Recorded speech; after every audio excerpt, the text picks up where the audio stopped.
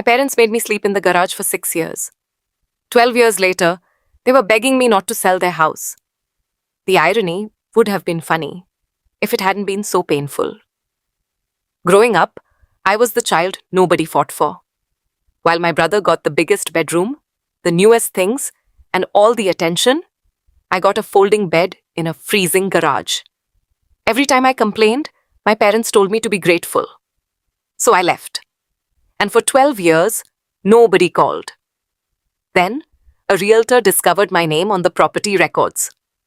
What happened next exposed a secret my grandfather had taken to his grave and left my family in complete shock. Before we continue, take a moment to like and subscribe, but only if this story resonates with you. And don't forget to leave a comment telling me your age and where you are watching from. I would love to know who is joining me on this journey. For most people, a garage is where you park a car. For me, it was a bedroom. At least that's what my parents called it. When I was 12, my father announced that my older brother needed more space.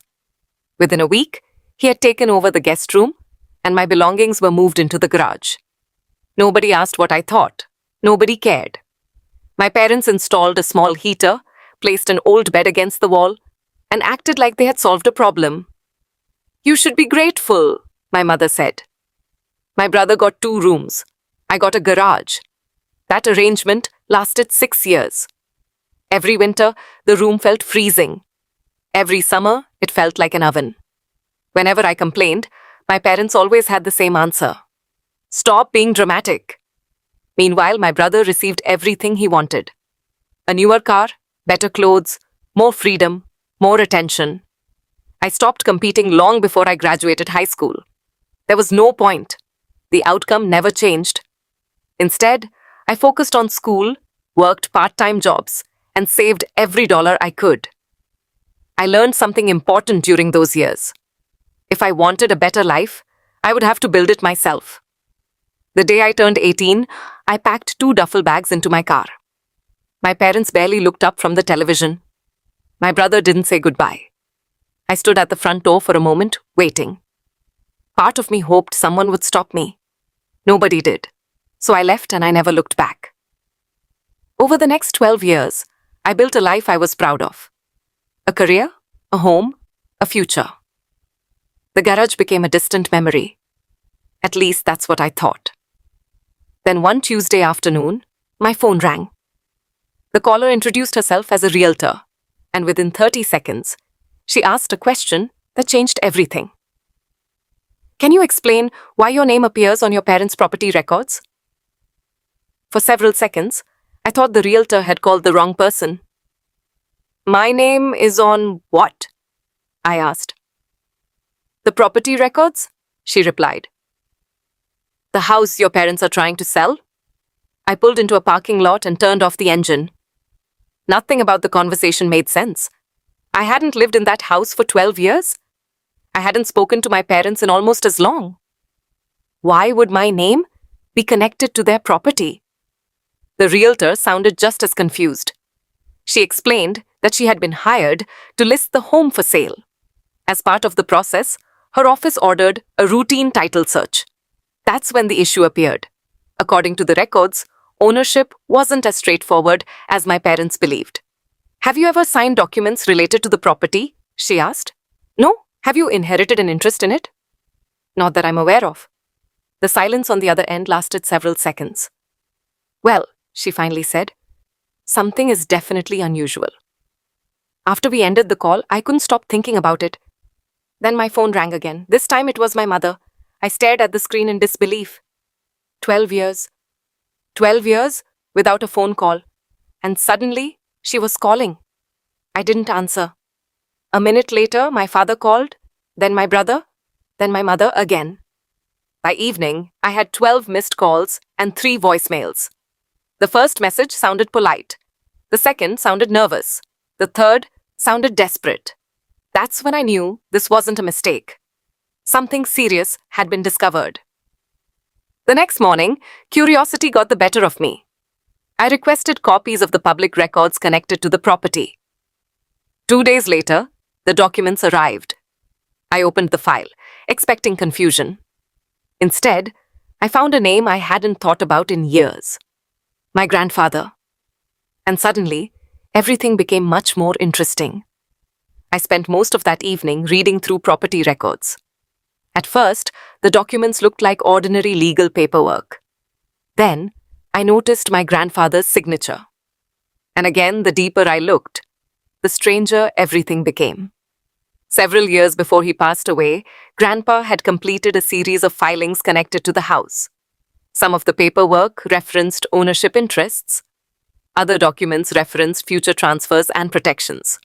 I wasn't a lawyer, but one thing became clear very quickly. None of this had happened by accident. Grandpa had planned it.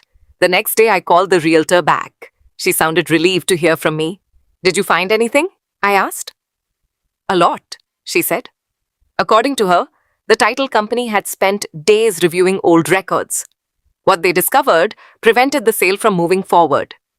Legally, my parents couldn't transfer full ownership of the property because they didn't fully control it. Someone else had a protected interest. Me. I sat there staring at the wall. How is that possible?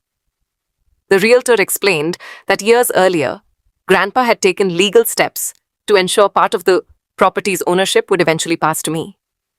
The paperwork had been properly recorded. Everything had been filed. Everything was enforceable. And somehow, nobody in my family had paid attention. Or maybe they never expected it to matter. Suddenly, a memory surfaced.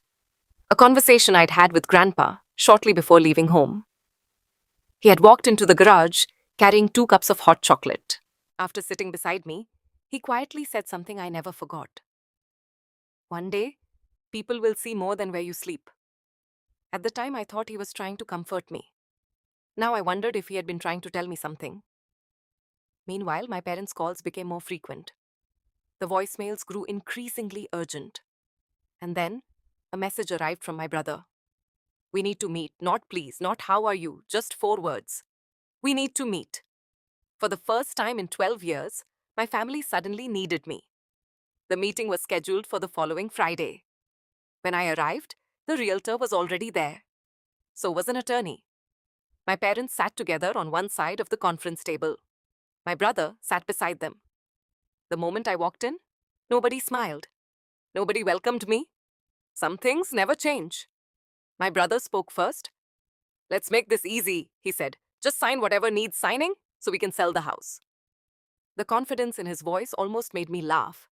12 years without speaking to me, and now he was giving instructions. The attorney calmly opened a folder. "I'm afraid it isn't that simple." The room immediately became quiet. He reviewed the title records, property filings, and supporting documents. Then he explained what the realtor had already discovered. Legally, I owned a significant interest in the property. Without my participation, the sale could not proceed. My father shook his head.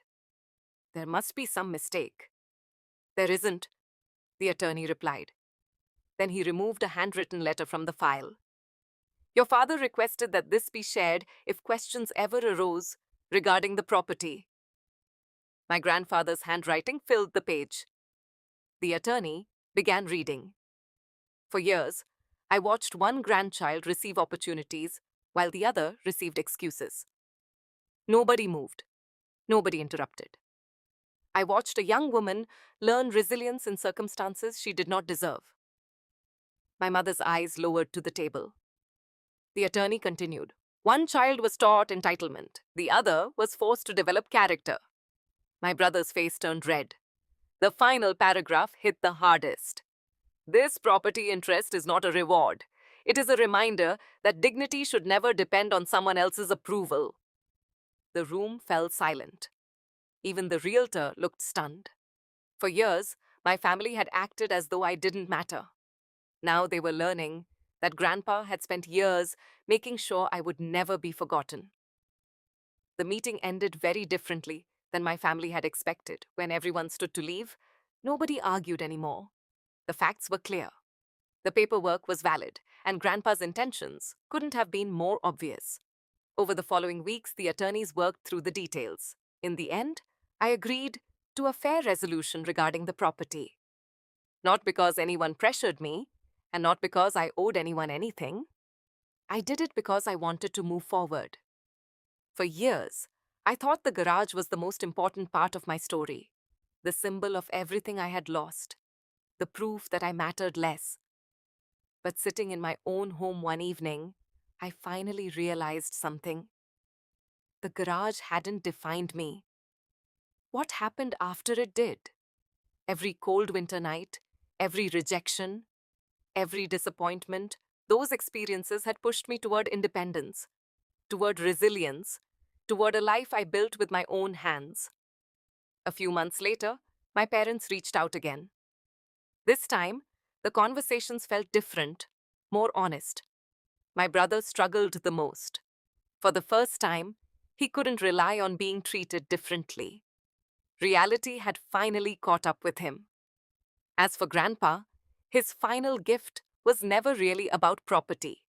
It wasn't about ownership. It wasn't about money. It was about making sure I understood something he had been trying to teach me for years. Your value is not determined by how people treat you. Sometimes the people who overlook you are simply too distracted to recognize your worth. The good news is you don't need their approval to succeed. Sometimes the greatest victory isn't getting even. It's proving you never needed the people who doubted you. The garage was where my story began, but it wasn't where it ended. If this story touched you, please like, subscribe and share, and let us know in the comments. What would you have done if your family suddenly needed you after years of silence?